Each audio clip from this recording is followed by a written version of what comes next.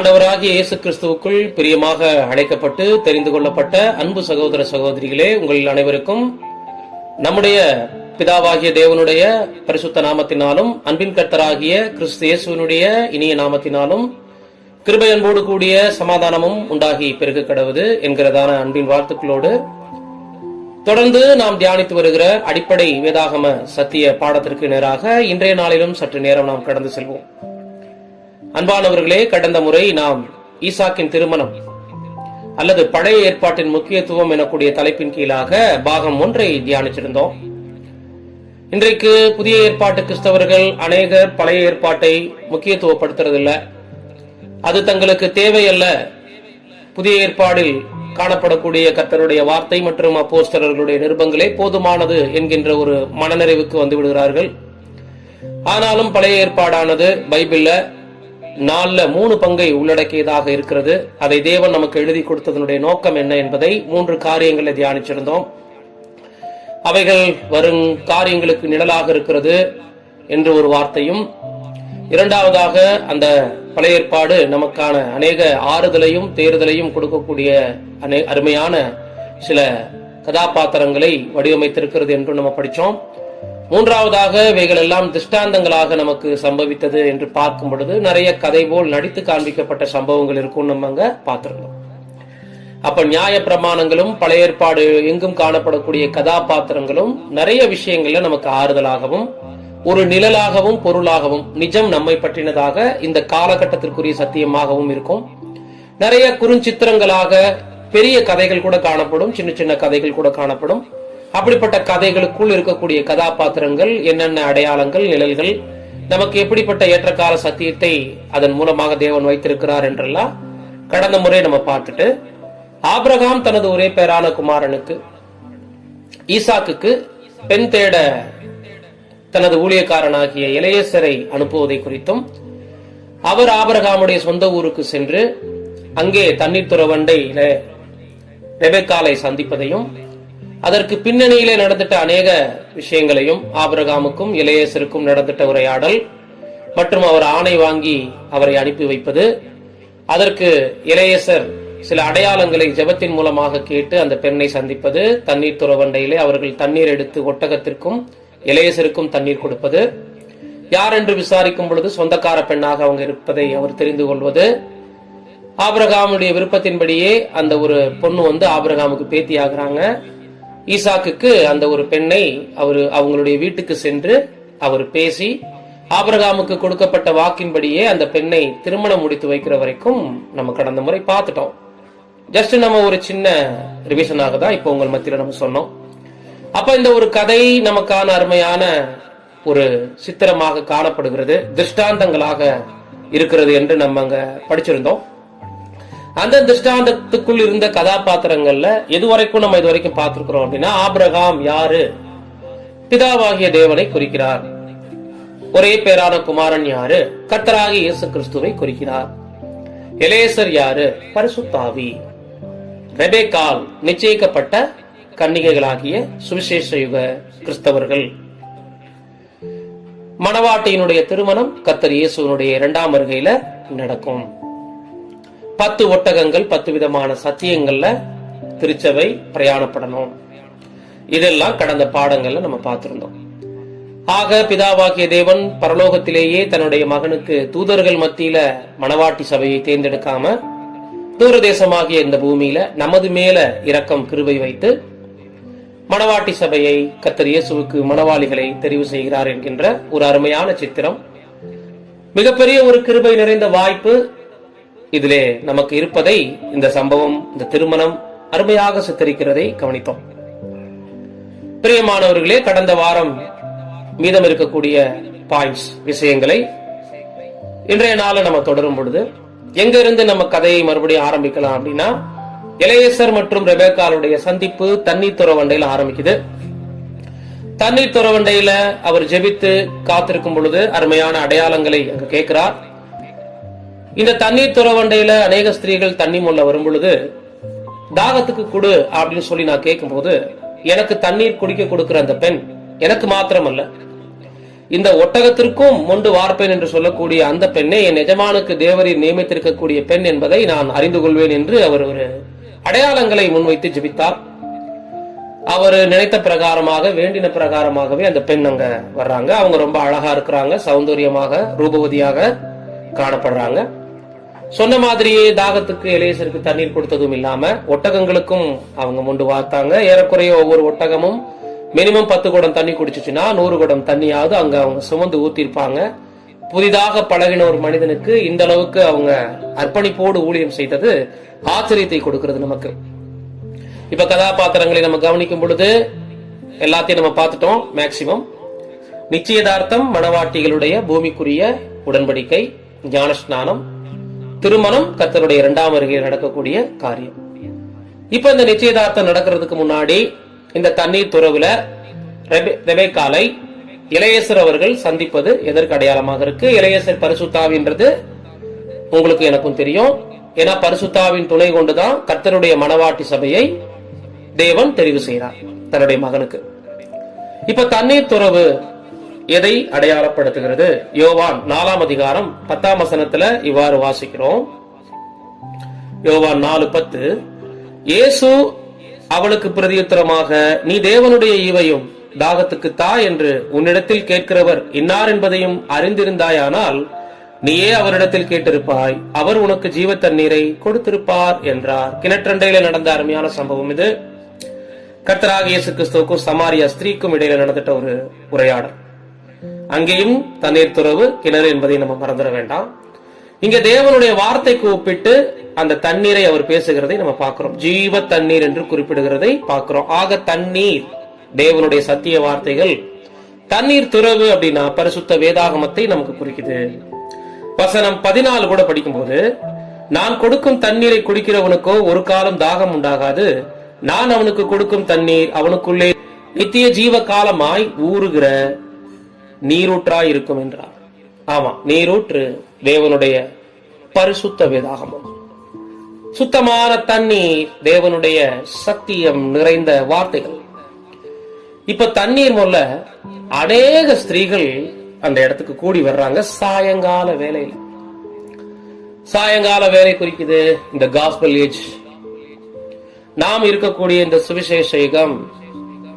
இந்த சுவிசேஷ யுகம் அநேக ஸ்திரீகள் ஆர்வத்துடன் தண்ணீர் மொல்ல வருவது, அநேக கிறிஸ்தவர்கள் கர்த்தராகிய இயேசு கிறிஸ்துவுக்காக எவையேனும் செய்ய வேண்டும் என்கின்ற ஒரு வைராக்கியத்துடன், சத்தியத்தை அறிந்து கொள்ள வேண்டும் என்கின்ற தாகத்துடன் பரிசுத்த வேதாகமத்திடம் வருவதை குறிக்குது.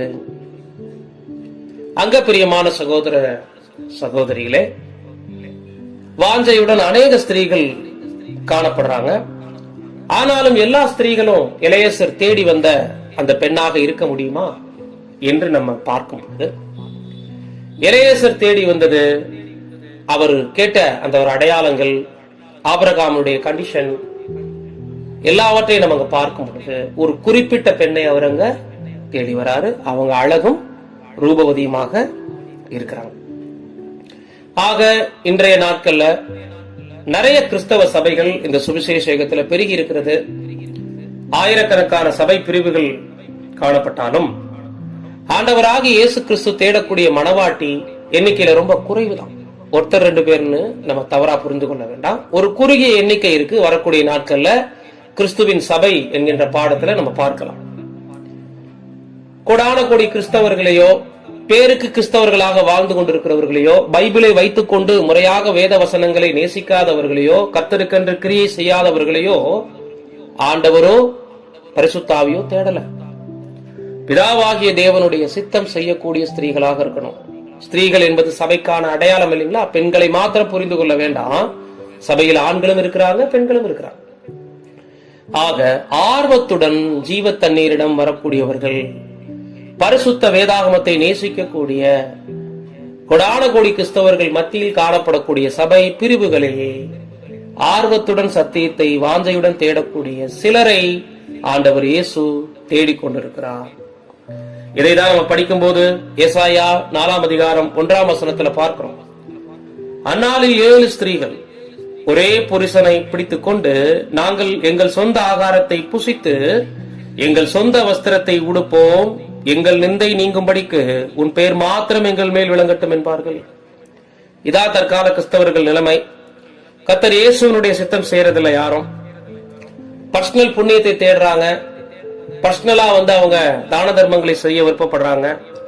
அநாத ஆச்சிரமம், அன்னதானம், மருத்துவம் போன்ற காரியங்கள் எல்லாம் புண்ணியம் என்று நினைத்துக் கொண்டு செய்யறாங்க, தவறில்லை. ஆனாலும் ஆண்டவர் இயேசுவும் பிதாவாகிய தேவனும் நம்மிடம் எதிர்பார்க்கக்கூடிய உண்மையான நீதி என்ன? இதெல்லாம் அவங்களுடைய சொந்த வஸ்திரம் குறிப்பிடப்பட்டிருக்கு பாருங்க. கர்த்தருடைய வஸ்திரத்தை தேடணும், நீதியை தேடணும். ஆனால் எங்கள் நிந்தை நீங்கும்படிக்கு எங்க சொந்த ஃபுட்டை சாப்பிடுவோம், ஆகாரத்தை, எங்க சொந்த வஸ்திரத்தை உடுத்திக்குவோம், பட் எங்களுக்கு நிந்தை நீங்கும்படி உங்கள் பெயர் மாத்திரம் விளங்கட்டும் என்பார்கள். என்ன அர்த்தம்? கர்த்தருடைய மணவாட்டி சபைங்கிறத பேர்ல மாத்திரம் பின்னாடி போட்டுக்கிறாங்க. பட் கிரியையில பார்க்கும் பொழுது பிரியமான சகோதர சகோதரிகளே, இவர்கள் யாரும் கர்த்தர் இயேசு தேடக்கூடிய மணவாட்டி சபை இல்லை என்பதை இந்த ஒரு அருமையான வசன பகுதியில் காட்டுது. கற்புள்ள கன்னிகைகள் இவங்க எல்லாரும் இல்ல. சொந்த வஸ்திரம், சொந்த ஆகாரம், பேருக்கு கிறிஸ்துவை, அவருடைய பெயரை பின்னாடி போட்டுக் கொள்வது, கணவருடைய பெயர் என்று கூறிக்கொள்வதற்கு ஒப்பாக. ஆக தண்ணீர் துறவு கிறிஸ்தவ உலகம் என்றும் சொல்லலாம், பைபிள் என்றும் சொல்லலாம். தண்ணீர் மூக்க வரக்கூடிய அநேக ஸ்திரீகள் இன்றைக்கு பரிசுத்த வேதாகமத்திற்கு அருகில் வர்றாங்க, கிறிஸ்தவ உலகத்தை நாடி வராங்க. பட் எல்லாருக்கும் தேவனுடைய அழைப்பு இல்ல. அழைக்கப்பட்டவர்கள் அநேகர் என்று ஆண்டவர் குறிப்பிட்டிருக்கிறதை நமக்கு ஞாபகத்துக்கு வரணும். இந்த வசனம், அழைக்கப்பட்டவர்கள் அநேகர் இந்த உலகத்துல கிறிஸ்தவ விசுவாசிகளாக, ஆனால் தெரிந்து கொள்ளப்பட்டவர்கள் ரொம்ப ரொம்ப ரொம்ப குறைந்த பேர். பிரியமானவர்கள், அழைக்கப்பட்டவர்களோடு கம்பேர் பண்ணும்போது தெரிந்து கொள்ளப்பட்டவர்கள் சிலர் என்று பார்க்கும். உண்மையுள்ளவர்களோ வெகு சிலர் அப்படிங்கிற வார்த்தையும் இருக்கு. பார்க்கலாம் இவைகள் எல்லாம் பின் நாட்கள்ல அவைகளுடைய சத்தியம் என்ன என்பதை. இப்ப இந்த நேரத்துல சந்தோஷத்தினால எலேசர் கொடுத்துட்ட 2 பரிசு பொருள், பொற்காதனி, 2 கடகங்களை அவர் அங்க கொடுக்கிறாரு. இது எதை நமக்கு அடையாளப்படுத்துகிறது என்று நம்ம பார்க்கலாம். பொற்காதனி மற்றும் 2 கடகங்கள். காதனியை குறித்து நம்ம பார்க்கும் பொழுது அனைத்தையுமே ஆண்டவர் இயேசு பேசிட்ட வசனங்களுடன் ஒப்பிட்டு பார்க்க நம்ம கத்துக்கணும். ஒரு நிழலுக்கான நிஜத்தை தேடிக்கொண்டிருக்கிறோம், அல்லது திஷ்டாந்தங்களாக நடைபெற்ற சம்பவத்துக்குள் காணப்படக்கூடிய சத்தியத்தை நம்ம தேடிக்கொண்டிருக்கிறோம். அந்த சத்தியத்தினுடைய பொருளை நம்ம கண்டறிந்து படிக்கும் பொழுது அதற்கு இணையாக அனைத்துக்குமே வசனத்திலேயே நாம் பதில் தேடக்கூடியவர்களாக இருக்கணும். பிரியமானவர்களே, அநேக உபதேசங்களை கர்த்தர் இயேசு இஸ்ரவேல் ஜனங்கள் மத்தியிலே போதிக்கும் பொழுது பயன்படுத்திட்ட பிரபலமான ஒரு வார்த்தை இருக்கு. அந்த வார்த்தை என்ன என்று சொல்லும் போது, கேட்கிறதற்கு காதுள்ளவன் கேட்க கடவன். மத்தேயு 11:15 சொல்றாரு இந்த வார்த்தை. சோ காது யாருக்கும் இல்லையா? அப்படின்னா காதுள்ளவன் கேட்க கடவன் என்கிற பொருள் என்ன அப்படின்னா, பைபிள் இருக்கு, சபைகளுக்கு போறோம், வசனங்களை படிக்கிறோம், ஜெபிக்கிறோம், உபவாசிக்கிறோம், எல்லாம் ஓகே. எத்தனை பேர் வேதத்தில் சொல்லப்பட்ட தேவனுடைய வார்த்தைக்கு இசைவாக தங்களுடைய வாழ்க்கை அமைத்துக் கொள்ள முயற்சி பண்றோம்? தேவ சித்தம்னா என்ன அப்படிங்கறத எத்தனை பேர் தங்களுடைய லைஃப்ல நாடி தேடக்கூடியவர்களாக இருக்கிறோம் சொன்னா, கேட்கக்கூடிய செவித்திறனை இவைகள் குறிக்குது. மனக்கண் மனக்காதுன்னு சொல்றோம் இல்லைங்களா? சத்தியத்தை அறிய வேண்டிய விதமாக அறிந்து கொள்ளக்கூடிய ஆர்வம் மிகுந்த மனக்காதுகளை இங்கே குறிப்பிடுகிறது. அவர் கொடுத்துட்ட பொற்காதணிகள்.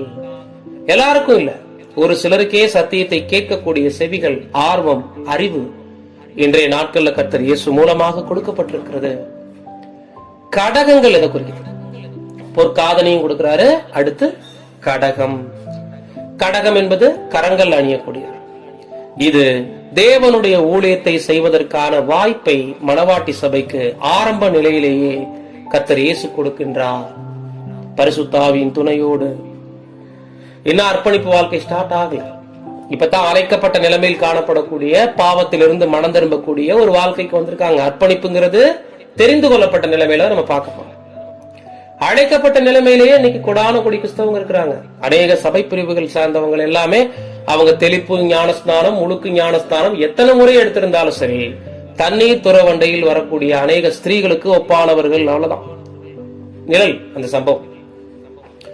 இப்போ அதன் மத்தியில யாரெல்லாம் அந்த நாட்கள்ல ஆரம்ப நிலையில பிகினிங் ஸ்டேஜ்ல பெற்றுக்கொண்ட சத்தியத்திற்கு உண்மையான காதை உடையவங்களா இருக்கிறாங்க, ஆர்வத்துடன் கிரியை செய்யக்கூடியவங்களாக இருக்கிறாங்கிறத தேவன் கவனிக்கிறார். இந்த கடகம் எதை குறிக்குது அப்படின்னா, தேவனுடைய ஊழியத்தில் ஆர்வத்துடன் பணியாற்றக்கூடிய ஒரு ஆர்வத்தை, ஒரு வைராக்கியத்தை கிறிஸ்தவ வாழ்க்கையின் ஆரம்ப நிலையிலேயே மணவாட்டி சபைக்கு கர்த்தர் இயேசு கொடுக்கின்றார் என்பதை காண்பிக்கிறது இந்த சம்பவம். பிரியமான சகோதர சகோதரிகள், இது பொதுவாக கிறிஸ்தவர்கள் மத்தியில மணவாட்டி சபையை அழைக்கும் பொழுது ஆண்டவருக்கும் மணவாட்டி சபைக்கும் இருக்கக்கூடிய சில உறவு முறைகளை காட்டுது. பைபிள மேலோட்டமா படிப்பாங்க, எல்லாம் ஆர்வமா இருப்பாங்க, ஜெபிப்பாங்க, ஏவையேனும் வேலைகளை ஆர்வமா செய்வாங்க. ஆலயத்துக்குன்னு வேலை செய்யறது, காணிக்கையில உண்மையா இருப்பது, தசம பாகத்தில் உண்மையா இருப்பது, உபவாசிப்பது, ஜெபிப்பது என்று பரிசுத்த வேதாகமத்தை முழுமையாக அறிந்து கொள்வதற்கு முன்பு அல்லது சரிவர புரிந்து கொள்வதற்கு முன்பு நமது ஆவிக்குரிய காதுகளையும் வைராக்கியத்துடன் நாம் செய்து கொண்டிருந்த ஊழியங்களையும் காட்டுகிறது இந்த தண்ணீர் துறவு கிட்ட நடந்துட்ட சம்பவம்.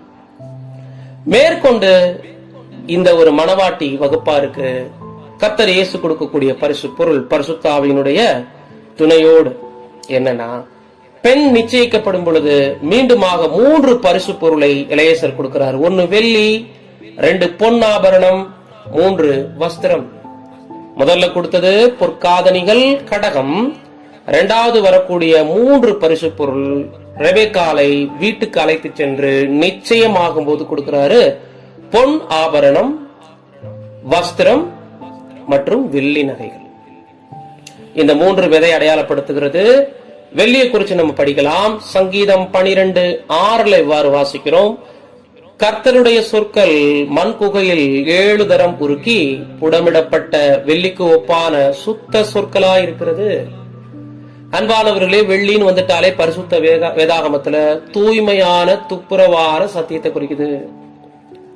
குகையில உருக்கப்பட்டது என்பது அதனுடைய அழுக்குகள் நீங்கி அவைகளை சுத்திகரிக்கக்கூடிய அருமையான வேலையை செய்வாங்க.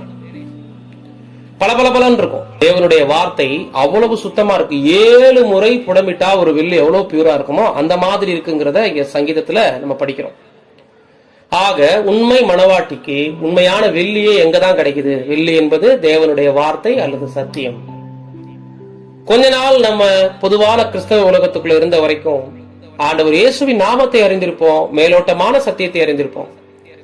ஆனால் தேவனுடைய ராஜ்யம் பற்றி தெள்ள தெளிவான சத்தியங்கள், தேவனுக்கென்று இருக்கக்கூடிய தெய்வீக திட்டம் ஆகிய வெள்ளிக்கோப்பான ஏராளமான மகத்துவமான சத்தியங்கள் எல்லாம் அப்ப நமக்கு கிடைக்காது. நிச்சயதார்த்தம் என்பது நாம் தேவனோடு கர்த்தர் இயேசு மூலமாக செய்யக்கூடிய உடன்படிக்கை. அந்த உடன்படிக்கை தான் நம்மளை தெரிந்து கொள்ளப்பட்ட நிலைமைக்கு கொண்டு வரும். புரியுதுங்களா? பலியினால் என்னோட உடன்படிக்கை பண்ணின என்னுடைய பரிசுத்தவான்களை என்னிடத்தில் கூட்டுங்கள் என்று சங்கீதம் 50:5 படிக்கிறோம். உங்கள் சரீரங்களை பரிசுத்தமும் தேவனுக்கு பிரியமுமான ஜீவ பலியாக ஒப்புக் கொடுக்க வேண்டும் என்று ரோமர் 12:1 வாசிக்கிறோம். இந்த வசன பகுதிகள் சாதாரணமாக கிறிஸ்தவர்கள் நினைத்துக் கொண்டிருக்கக்கூடிய ஞானஸ்தானத்திற்கும் அப்பாற்பட்ட அர்ப்பணிப்பு ஜீவியத்தை காட்டுது. கிறிஸ்துவை வெறுமனே விசுவாசிப்பதற்கு மாத்திரமல்ல, அவர் நிமித்தம் பாட அனுபவித்து பரலோகத்துக்கு போறதுக்கான சிலுவையை சுமப்பதற்கான அருமையான ஒரு இன்விடேஷன், ஒரு அழைப்புதல் கொடுக்கப்படுது. இதுதான் நிச்சயதார்த்தம். இந்த நிச்சயதார்த்தத்துக்கு உண்மையா இருக்கிறவங்க தான் இந்த வெள்ளியை பெற்றுக்கொள்ள முடியும். கிறிஸ்தவ உலகத்தால் எல்லாராலும் புரிந்து கொள்ள முடியாத மகத்துவம் நிறைந்த சத்தியங்கள் வெள்ளிக்கு ஒப்பாக சொல்லப்படுகிறது. நிறைய தலைப்புல படிக்கலாம். ஏராளமான சத்தியங்கள் உங்களையும் என்னையும் பற்றியும் இருக்கிறது. கர்த்தர் இயேசுவையும் பிதாவாகிய தேவனையும் பற்றிய அறிகிற அறிவுக்கு நமக்கு நாட்கள் போதாது. அவ்வளவு மகத்துவம் நிறைந்த சத்தியங்கள் பைபிள்ல பொக்கிஷமாக இருக்கிறது. இன்னைக்கு அநேகர் அளவான பாலாகாரத்தோடு நின்றுறாங்க. போதும், பேசிக் சாதாரண விஷயங்கள் எங்களுக்கு போதும், ஆழமாக நாங்கள் தெரிந்து கொள்ள விருப்பப்படல அப்படிங்கிறவங்க தான் தண்ணீர் துறவண்டையில் இருக்கக்கூடிய அநேக ஸ்திரீகள். பட் இங்க நிச்சயிக்கப்பட்ட பெண்ணாக மாறும் பொழுது வெள்ளியை ஒதுக்கக்கூடாது. வெள்ளிதான் முதல் பரிசு பொருள். ஏராளமான சத்தியங்கள் நமக்கு கொடுக்கப்படுது. அன்பானவர்களே, பொன் ஆபரணங்கள் அடுத்து எதை குறிக்கும்னா உடன்படிக்கை வாழ்க்கைக்குள்ள நம்ம வந்த பிறகு 2 பேதுரு 1:4 குறிப்பிட்டபடி இச்சையினால் உலகத்திற்கு உண்டான கேட்டுக்கு தப்பி திவ்ய சுபாவத்துக்கு பங்குள்ளவர்களாகும் பொருட்டு மகா மேன்மையும் அருமையுமான வாக்குத்தத்தங்களும் அவைகளினாலே நமக்கு அளிக்கப்பட்டிருக்கிறது. பிரியமானவர்களே, இந்த உலகத்தின் ஆசபாசங்களுக்கும் இச்சைகளுக்கும் அருவருப்புகளுக்கும் தங்களை ஒதுக்கி பாவங்களை வெறுத்து கர்த்தர் இயேசுவினுடைய இரத்தத்தினாலே நீதிமான்களாக்கப்பட்ட தேவ ஜனங்களுக்கு பிதாவாகிய தேவன் தனது சுபாவத்தை கொடுக்க சித்தமாக இருக்கிறார். மேன்மையான ஒரு வாய்ப்பு இது. அதற்கான வாக்குத்தத்தங்களை கொடுக்கிறார் பூமியில் இருக்கும் பொழுதே. ஆக அழியாமை திவ்ய சுபாவம், பிதாவாகிய தேவன் ஒருபோதும் ஆரம்பமும் இல்லாதவராக, முடிவும் இல்லாதவராக, மரணத்தை காணாதவராக, தன்னில் தானே ஜீவன் உள்ளவராக இருப்பது திவ்ய சுபாவம். தங்கம் குறிக்குது டிவைன் நேச்சர், பிதாவாகிய தேவனுடைய திவ்ய சுபாவம். அந்த திவ்ய சுபாவத்திற்கு பங்கு உள்ளவர்களாகும் பொருட்டு மகா மேன்மையும் அருமையுமான வாக்குத்தத்தங்களை தேவன் நமக்கு கொடுத்திருக்கிறார் என்பதை தான் தங்கம் குறிக்குது. பொன் ஆபரணங்களாக எலேசர் அங்கே ரெபெக்காளுக்கு கொடுத்தது. 3வது வஸ்திரங்கள் கொடுக்கிறாரு. இந்த வஸ்திரம் எதை அடையாளப்படுத்துகிறது? நியாயப்படி பாத்தீங்கன்னா இந்த வஸ்திரம் தான் நம்ம ஃபர்ஸ்ட் பார்த்திருக்கணும். 2வது வெள்ளி, 3வது பொன் பார்த்திருக்கணும். ஆனா நம்ம 3வது பார்க்கிறோம். ஒன்னும் தவறு இல்ல. இந்த வெண்வஸ்திரம் கூட எப்ப நமக்கு கொடுக்கப்படுது அப்படின்னா, ஒரு கிறிஸ்தவ வாழ்க்கையில அடியெடுத்து வைக்கும் பொழுதே நமது பாவங்களை மறைக்கும் விதமாக பிறவி பாவங்கள்ல இருந்து நம்மளை நீதிமான்களாக்கி கிருபாசன தண்டையில கர்த்தர் இயேசு மூலமாக நம்ம கிட்டி சேரும்படி பிதாவாகிய தேவனை அப்பா என்று கூப்பிடத்தக்கதான ஒரு புத்திர சுவிகாரத்தை தேவன் நமக்கு கொடுத்திருக்கிறார். இது கர்த்தராகிய இயேசு கிறிஸ்துவின் நீதியின் மூலமாக நமக்கு கிடைக்கப்பெற்ற அருமையான ஒரு கிருபை. அந்த நீதியின் வஸ்திரம் இல்லைன்னா நம்ம போய் நிக்க முடியாது. ஆக அந்த வஸ்திரம் குறிக்குது வெண் வஸ்திரம். நமது பாவங்களுக்கான மூடலாக கர்த்தர் இயேசுவினுடைய ஈடுபலியினால் மரணத்தினால் உண்டான புண்ணியம். இப்ப நம்ம ஜெபத்துக்கு போகும்போது பிதாவாகிய தேவன் நம்மை மறைத்து கிறிஸ்து இயேசு மூலமாக மட்டுமே நம்மளை கண்ணோக்குகிறார். ஆக பிறவி பாவங்களை மன்னித்து அந்த வெண் வஸ்திரத்தை நம் மீது மூடும் பொழுது இது முதல் தேவன் நம்மளை பாவிகளாக பார்க்கிறது இல்ல. அது கிறிஸ்தவ வாழ்க்கையில் அடியெடுத்து வைக்கும் போதே நமக்கு ஆரம்பமாகுது. அப்படின்னாலும் ஏன் தெரிந்து கொள்ளப்பட்ட நிலைமையில பாக்குறோம் அப்படின்னா, இங்கதான் நம்ம அர்ப்பணிக்க ஆரம்பிக்கிறோங்க போது இதுவரைக்கும் டெம்பரரியா இருந்துட்ட ஒரு நீதியின் வஸ்திரம் இங்கதான் நமக்கு ஸ்டாண்டர்ட் ஆகுது.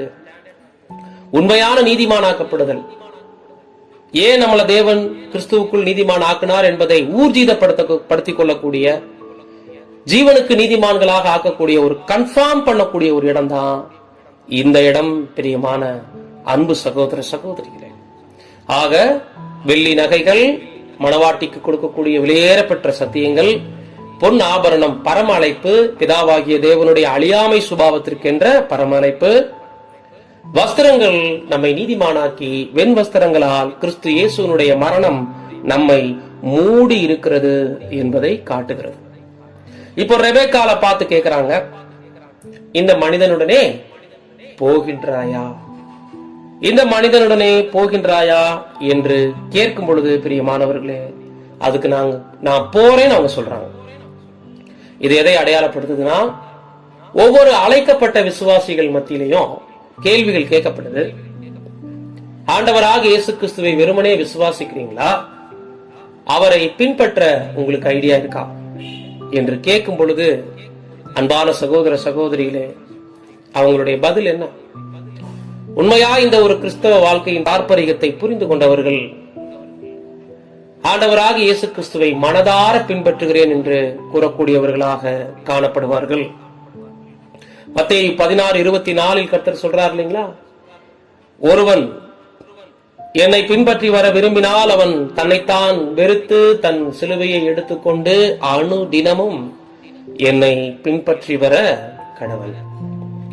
ஆமா பிரியமான அன்பு சகோதர சகோதரிகளே, ஆண்டவர் இயேசுவை பின்பற்றும் போது பிரயாணங்கள் கஷ்டம்தான், பாடுகள் நிந்தனைகள் தான், சிலுவை சுமக்கணும் தான், எந்த மாற்று கருத்தும் இல்ல.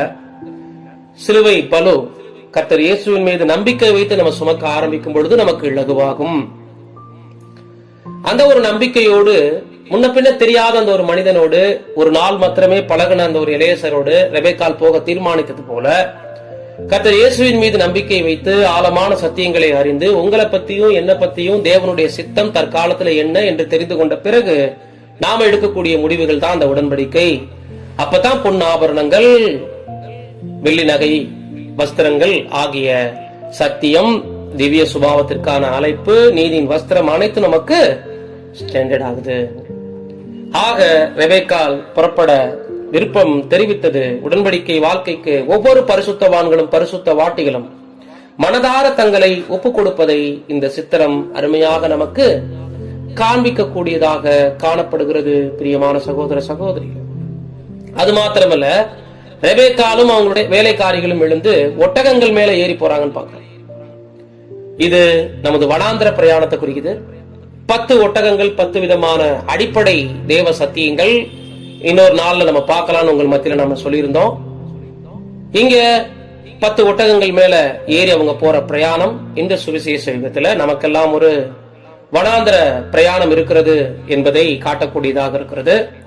அது எபிரேயர் 13ஆம் அதிகாரத்துல இவ்வாறு நம்ம வாசிக்கிறோம். எபிரேயர் 13ஆம் அதிகாரம் வசனம் 14, நிலையான நகரம் நமக்கு இங்கே இல்லை, வரப்போகிறதையே நாடி தேடுகிறோம். ஆமா, உடன்படிக்கை வாழ்க்கைக்குள்ள சிலுவையை சுமக்க வந்துட்டு நம்ம எல்லாருக்குமே ஸ்டாண்டர்டா இங்க வீடுகள் இல்ல. ஒருவேளை இங்க வீடு, வியாபாரம், குடும்பங்கள் இருந்துட்டாலும் நிரந்தரம் இல்ல. எந்த நோக்கத்தோடு நம்மளுடைய வனாந்திர பிரயாணம் இருக்கணும்? மணவாளனுடைய வீட்டுக்கு எப்படியாவது போய் சேரணும், பரிசுத்தாவினுடைய துணையோடு, 10 விதமான சத்தியங்களோடு.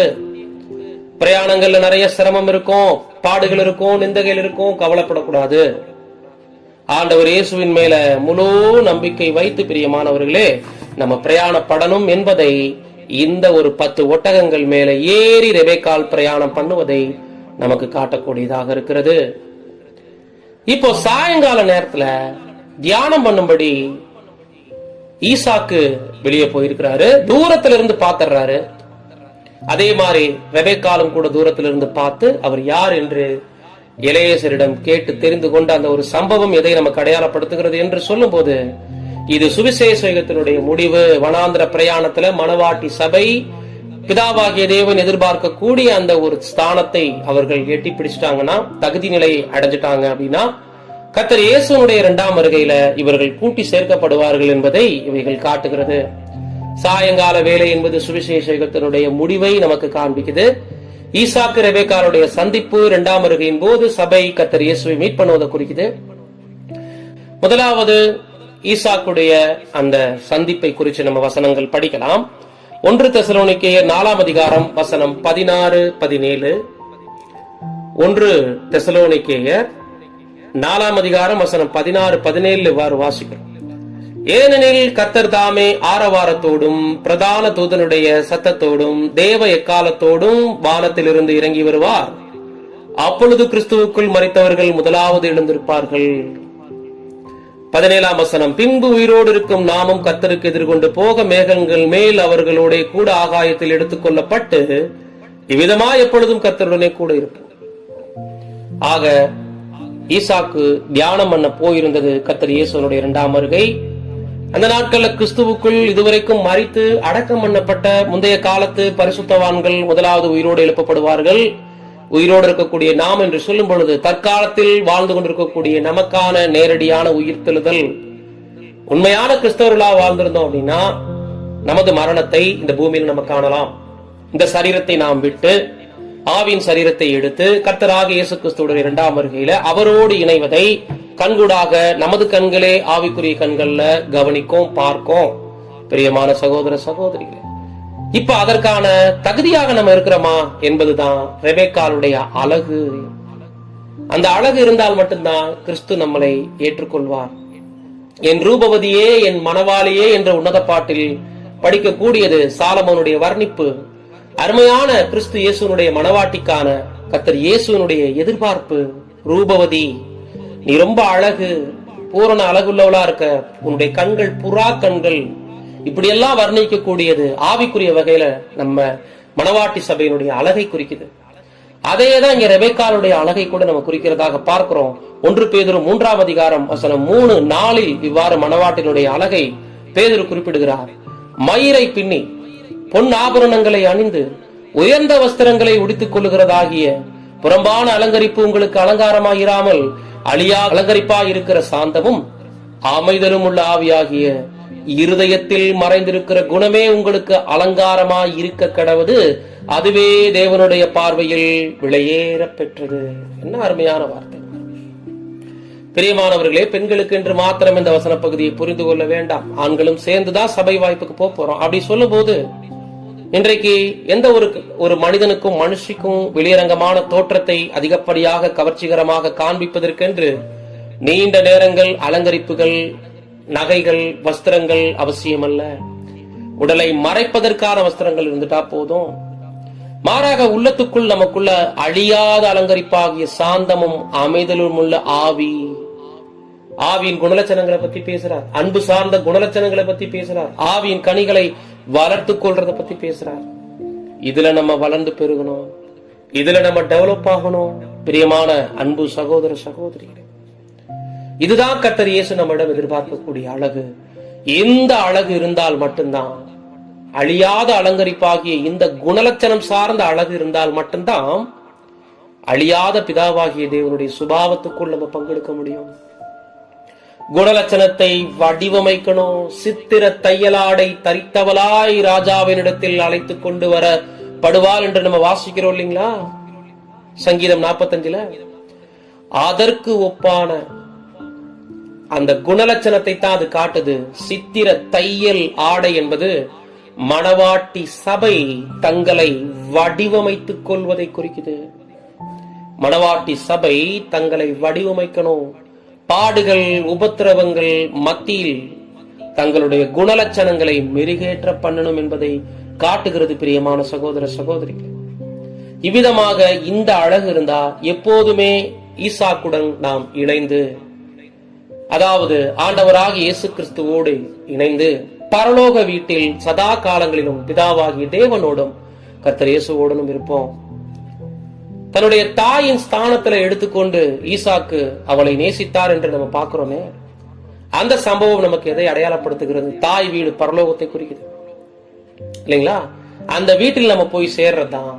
ஆட்டுக்குட்டியானவருடைய கல்யாணம் வந்தது, தன் மனைவி தன்னை ஆயத்தப்படுத்தினார். வெளிப்படுத்தின விசேஷத்துல 19ஆம் அதிகாரத்துல 7, 8 நாம் சந்தோஷப்பட்டு களி கூர்ந்து அவருக்கு துதி செலுத்த கடவோம். ஆட்டுக்குட்டியானவருடைய கல்யாணம் வந்தது, அவருடைய மனைவி தன்னை ஆயத்தம் பண்ணினாள் என்று சொல்ல கேட்டேன். அப்ப இதுவரைக்கும் நிச்சயிக்கப்பட்ட பெண்ணா தான் இருக்கிறாங்க பூமியில.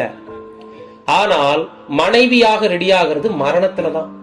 அது வரைக்கும் குணலட்சணங்கள் நன்கு தைக்கப்படணும். சித்திர தையல் வேலை உருவாகணும். பிரியமான சகோதர சகோதரிகளே, அந்த தையல் வேலையில முழுமையான குணலட்சணம் நமக்குள் வடிவமைக்கப்பட்டுச்சுன்னா, அததான் இங்க 8ஆம் வசனத்துல படிக்கிறோம். சுத்தமும் பிரகாசமுமான மெல்லிய வஸ்திரம் தரித்துக் கொள்ளும்படி அவளுக்கு அளிக்கப்பட்டது. அந்த மெல்லிய வஸ்திரம் பரிசுத்தவான்களுடைய நீதிகளே. ஆண்டவர் இயேசு நமக்கு ஒரு நீதியின் வஸ்திரத்தை உடுத்துறாரு. உடன்படிக்கையின் போது மரிக்கும் போது அந்த நீதி பரிசுத்தவான்களின் நீதியாக மாற வேண்டும் என்று நம்ம இங்க படிக்கிறோம். எப்படி ஆண்டவர் இயேசு நமக்கு கொடுத்துட்ட நீதிமானாக்கப்படுதல், அந்த நீதியின் வஸ்திரம் எப்படி பரிசுத்தவான்களுடைய நீதியாக மாறினது? பிரியமான சகோதர சகோதரிகள், யோசிச்சு பாருங்க. அந்த நீதி சொந்த பிரயாசங்கள் மூலம் கிறிஸ்து தந்த நீதியின் வஸ்திரத்தில் நிலை கொண்டிருந்து அன்றாடம் பாடுகள், உபத்திரவங்கள் மத்திய பலிகளை ஏறெடுத்து குணலட்சணத்தில் கர்த்தர் இயேசுனுடைய சாயல்ல நம்ம வளர்ச்சி அடையணும். பலிகள், பலியினால் உடன்படிக்கை, சரீரங்களை பலியாக ஒப்பு கொடுக்கறதெல்லாம் பின்னால வரக்கூடிய வகுப்புகள்ல அந்த பலிகள்ல என்னென்னலாம் நம்ம செய்யணுங்கிறத டீப்பா பார்க்கலாம். இப்ப சுருக்கமா புரிந்து கொள்ளணும். பாடுகள், உபத்திரவங்கள் நிறைந்த வாழ்க்கை, சாதகமற்ற சூழ்நிலை நமக்கு இருக்கும், அனுமதிக்கப்படும். இதன் மத்தியில குணலட்சணத்தை அதிகப்படியாக வளர்த்து கொள்ள பிரயாசப்படணும். சகிக்கணும். நிறைய உபத்திரவங்கள் வரும், பொறுமையோடு சகிக்கணும். இதன் மத்தியில விசுவாசத்தை வளர்த்துக் கொள்ளணும். சத்ருவையும் சிநேகிக்கக்கூடிய அன்புல நம்ம உண்மையாக இருக்கணும். இப்படி இருந்தா தான் ராஜா உன் அலைகள் பிரியப்படுவார் என்று பார்க்கிறோம். குமாரத்தியை கேள், நீ உன் செவியை சாய்த்து சிந்தித்துக்கொள், உன் ஜனத்தையும் உன் தகப்பன் வீட்டையும் மறந்துவிடு. இது நாம் செய்யக்கூடிய உடன்படிக்கை. எப்படி ரெபெக்காள் தன் தாய் தகப்பனை உடனடியாக விட்டுட்டு எலேசர் பின்னாடி வர்றதுக்கு மணவாளனுக்கு எதிர்கொண்டு போக புறப்பட்டாங்களோ, அதே மாதிரி குமாரத்தியே கேள் என்ற வார்த்தை நமக்குரியது. நீ உன் செவியை சாய்த்து சிந்தித்துக்கொள், உன் ஜனத்தையும் உன் தகப்பன் வீட்டையும் மறந்துவிடு. பூமியை மறந்துடணும். பூமிக்குரிய வாழ்க்கை வாழக்கூடாது. பூமிக்குரிய ஆசீர்வாதமும் வேணும், ஐஸ்வர்யங்களும் வேணும், நிறைய சொத்துக்கள் சம்பாதிக்கணும், பேங்க் பேலன்ஸ் இருக்கணும், நிறைய வீடு, கார், பங்களா. இப்படித்தான் இன்னைக்கு கிறிஸ்தவருடைய மைண்ட் இருக்கு. பிரியமானவர்களே, தகப்பன் வீட்டை மறக்க சொல்றாரு. இங்க எத்தனை ஊழியக்காரங்களுடைய காதுக்குள்ள இது கேக்குது, எத்தனை பேருடைய காதல் இது விழுகுது, யோசிங்க. அதே மாதிரி 11, அப்பொழுது ராஜா உன் அலைகள் பிரியப்படுவார், அவர் உன் ஆண்டவர் ஆகையால் அவரை பணிந்து கொள். புரியுதுங்களா? ராஜா நமது அழகுல பிரியப்படுறது குணலட்சண வடிவமைப்பின் மூலம். இவ்விதமாக ஆண்டவராக இயேசு கிறிஸ்துவை இரண்டாம் வருகையில அநேகருக்கு சந்திக்கணும்னு ஆசை இருக்கு, பரலோகத்துக்கு போகணும்னு ஆசை இருக்கு, நிரந்தரமாக அவரோடு தங்கணும், பிதாவாகிய தேவனை தரிசிக்கணும் அப்படின்ற ஆசை இருக்கு, சதா காலங்களிலும் அங்க இருக்கணும், அழியாமையை சுதந்திரிக்கணுங்கிற ஆசை இருக்கு. பட் எத்தனை பேரு பரத்திற்குரிய இந்த சத்தியங்களை புரிந்து தேவ சித்தம் நமது வாழ்க்கையில என்ன என்பதை உணர்ந்து வாழ்ந்துகிட்டு இருக்கிறோம்? எத்தனை பேருக்கு இந்த ரகசியம் இன்னைக்கு தெரியும்?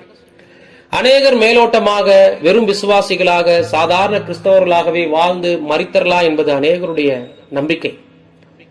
பிரியமானவர்களே, அப்படின்னா கிறிஸ்தவ வாழ்க்கையில ஏன் 3 படிநிலைகளை வைத்தார் கர்த்தர் இயேசு? அடுத்தடுத்த பாடத்தில் நம்ம பார்க்க போறோம். அழைக்கப்பட்டவர்கள்னா என்ன? ஏன் அநேகர் என்று சொன்னார்? ஏன் அநேகர் என்று சொன்னார்? தெரிந்து கொள்ளப்பட்டவர்கள்னா எத்தனை பேர்? ஏன் அது குறைந்த எண்ணிக்கை? உண்மையுள்ளவர்கள் வெகு சிலர் என்று ஏன் சொன்னார்? அது ஏன் ரொம்ப குறைந்தது? அப்ப கிறிஸ்தவ வாழ்க்கை 3 படிநிலைகளை கடந்து எப்படி வருது? ஏன் வருது? ஆண்டவர் இயேசுவினுடைய நாமத்தின் மீது மாத்திரம் விசுவாசம் வச்சு பைபிளை மேலோட்டமாக படிக்க ஆரம்பிச்ச உடனே நம்ம பரலோகம் போயிடலாம் அப்படிங்கிற ஒரு நம்பிக்கையை பரிசுத்த வேதாகமம் ஒருவேளை நமக்கு குறிப்பிட்டிருந்தா, இப்படிப்பட்ட சித்திரங்கள்ல ஏன் தண்ணீர் துறவண்டை ஒரு சந்திப்பு, அங்கேயே ஒரு பிரயாசங்களையும் கிரியைகளையும் எலேசர் பார்த்தாரு, அங்கேயே சில பரிசு பொருட்களை கொடுக்கணும். பிறகு வீட்டுல போய் ஏன் அவங்க பேரண்ட்ஸ் மத்தியில, உறவினர்கள் மத்தியில ஒரு டிஸ்கஷன் போச்சு, பிறகு அங்கேயே சில பரிசு பொருளை கொடுக்கணும். முன்னதாக ரெபெக்காள் தண்ணீர் துறவண்டையே ஏன் சில கிரியைகள் செய்யணும். அதற்கு பின்னாடி தன்னுடைய மணவாளனுக்கு எதிர்கொண்டு போக புறப்படும் பொழுது அவங்க மிகப்பெரிய கிரியை செய்திருக்காங்க. எல்லாரையும் விட்டுட்டு ஒட்டகத்தின் மேல ஏறி வந்திருக்கிறாங்க. இப்படிப்பட்ட காரியங்கள்லாம் நமக்கு ஏன் எழுதப்படணும்? நம்மை பற்றின திருஷ்டாந்தங்கள் இல்லையா இவைகள் எல்லாம்? யோசிக்கணும் பிரியமானவர்களே. நிறைய காரியங்களை நம்ம கவனிக்க வேண்டியதாக இருக்கிறது. இது போன்ற விஷயங்கள்ல வெறுமனே அழைப்புடன் நின்று விடுகிறவர்கள் பரலோகத்துக்கு போகலாம் என்று நம்பிக்கொண்டிருக்கிறார்கள். ஆனால் தெரிந்து கொள்ளப்பட்ட நிலைமையும் உண்மையுள்ள நிலைமையும் இருக்கிறது என்பதை இந்த பாடத்தில் சுருக்கமாக நமக்கு ஈசாக்கின் திருமணம் காண்பித்திருக்கிறது. ஆனால் அழைக்கப்பட்டவர்கள் அநேகர், தெரிந்து கொள்ளப்பட்டவர்கள் சிலர், உண்மையுள்ளவர்கள் வெகு சிலர். அந்த வெகு சிலருக்கான தகுதி எப்படிப்பட்ட நிலைமைகளில் இருந்தெல்லாம் இந்த பூமியில அவங்களுடைய பிரயாணம் இருக்கும், எப்படி அழைக்கப்படுறாங்க, தெரிந்து கொள்ளப்பட்ட நிலைமையில ஏன் சிலராக மாறுறாங்க, இங்க இருக்கக்கூடிய அனுபவங்கள்லாம் எப்படி இருக்கும், உண்மையுள்ளவர்கள் எத்தனை பேரு, அவர்களுக்கான வசனங்கள் இருக்கா, பிதாவாகிய தேவன் இந்த சுவிசேஷ யுகத்துல என்ன மட்டும்தான் செய்யறாரு, பூமியில எல்லாரோடையும் தொடர்பு கொள்றாரா இல்லையா, ஆண்டவராக இயேசு கிறிஸ்து எப்படி பிதாவாகிய தேவனுடைய சித்தத்தை செஞ்சாரு, அந்த மாதிரி உண்மை பரிசுத்தவாட்டிகள் பரிசுத்தவான்கள் இவர்களுடைய அர்ப்பணிப்பு எப்படி இருக்கணும் என்பதை எல்லாவற்றையும் பிரியமான சகோதர சகோதரிகளே, கிறிஸ்து இயேசுனுடைய சபையில அநேக பாகங்களாக ஏறக்குறைய 4-5 பாகங்கள் காணப்படலாம். டீட்டெயிலா படிக்க போறோம். அதற்கான ஒரு முன்னோடி, ஒரு முன்மாதிரி தான் இந்த பாடம். எனவே சுருக்கமாக இதிலே கிறிஸ்து இயேசுவினுடைய கற்புள்ள கன்னிகையாகிய மணவாட்டி சபையை குறித்த அருமையான சித்திரத்தை பார்த்திருக்கிறோம். எனவே பிரியமானவர்களே, பழைய ஏற்பாட்டின் எந்த கதைகளையும், எந்த கதாபாத்திரங்களையும், செலுத்தப்பட்ட பலிகளையும், நியாய பிரமாணங்களையும், எச்சரிக்கப்பட்ட எச்சரிப்புகளையும், மரணங்களையும், ஆசீர்வாதங்களையும், எதுவாக இருந்தாலும் சரி, வாக்குத்தத்தங்களையும் கூட, என்ன காலகட்டத்திற்காக சொல்லப்பட்டது, யாருக்காக சொல்லப்பட்டது, எந்த வார்த்தை யாருக்கெல்லாம் பொருந்தும் என்கின்ற மீனிங்கோட படிக்கணும். அநேக கிறிஸ்தவர்கள் வாக்கு தத்தங்களை கூட எல்லாம் நமக்கென்று நினைக்கிறாங்க. அது கூட தவறு. யார் யாருக்கு தேவன் என்னென்ன வாக்கு தத்தங்கள் கொடுத்திருக்கிறாரு, எப்படி எப்படி வழி நடத்துகிறாரு, எல்லாவற்றையும் யோசித்து தியானித்து பார்த்து படிக்கணும். இப்படி படிக்கும் பொழுது ஒவ்வொரு கதைகளும் ஒவ்வொரு கதாபாத்திரங்களும் நம்மை புடமிடும். நமக்கு ஏற்ற சத்தியங்களை அவைகள் வைத்திருக்கும். அருமையான நிறைய எச்சரிப்புகளையும் தேவனத்தில் நமக்கு கொடுத்திருப்பாரு. பலிகள்லையும் நியாயப்பிரமாணங்களையும் கூட நிறைய நிழல்கள் பொருள்கள் இருக்கு. வரக்கூடிய நாட்கள்ல அனைத்தையும் நாம் பார்ப்பதற்கு இந்த ஒரு பாடம் நமக்கு ஒரு துவக்கமாக இருக்கின்றது. எனவே இவைகளை நாம் கருத்தில் கொண்டு தொடர்ந்து கர்த்தருக்குள்ளாக வளர்வதற்கு தேவன் தாமே கர்த்தர் இயேசு மூலமாக நாம் ஒவ்வொருவருக்கும் கிருபை செய்து வழிநடத்துவாராக. மீண்டும் அடுத்த தலைப்புடன் உங்களை சந்திக்கும் வரைக்கும் தேவன் தாமே நாம் யாவரையும் ஆசீர்வதித்து கிருபை செய்து வழிநடத்துவாராக. ஆமென்.